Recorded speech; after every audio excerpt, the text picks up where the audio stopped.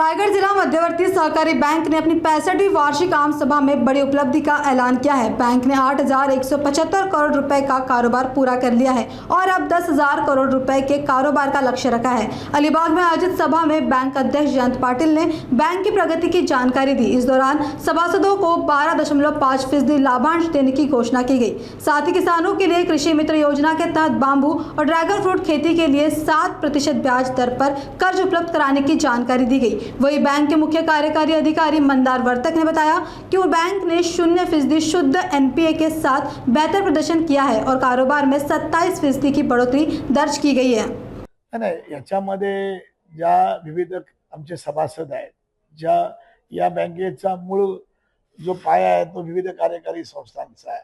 विविध कार्य संस्था आज सगळ्या फायबल आहेत, सगळ्या संस्था या प्रॉफिट वर आहेत आणि कमीत कमी मॅन पॉवर वापरून विविध कार्य संस्थांचा पण कारभार चालू आहे आणि म्हणून या 62व्या जनरल सभेमध्ये बोलताना या बँक ही 8,000 कोटीची उलाढाल करते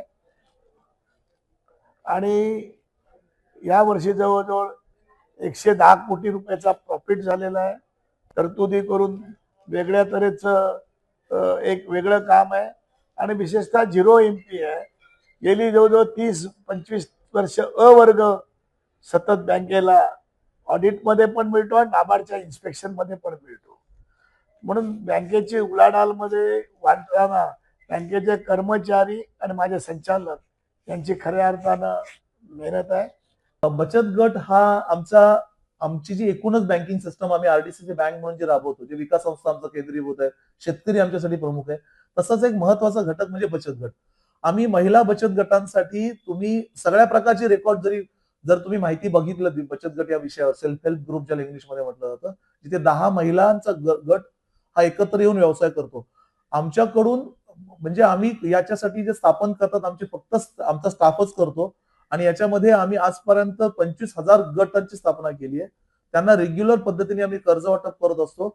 अगदी तिसऱ्यांदा आमचे गट कर्ज देतात, 5-5 लाखांपर्यंत त्यांना कोणतंही तारण न देता आम्ही कर्ज देतो आणि आज कित्येक गटांचे अगदी गणपती मूर्ती बनवणारे कारखाने असतील, मास्क बनवणारे लेडीजचे गट असतील किंवा अगदी मसाला पापड अशा घरगुती व्यवसाय करणारे असतील, अशा हजारो ज्या महिलांचे आम्ही एक त्यांचे संसार त्यांचे ते चालवत असतात, पण त्यांचे इतर उत्पन्न वाढवण्यासाठी बँक सतत कटिबद्ध असते आणि त्यांना अत्यल्प दराने आम्ही अशा प्रकारचा पतपुरवठा करतो आणि हे बचत गट आमचे स्वतःचा स्टाफ करतो।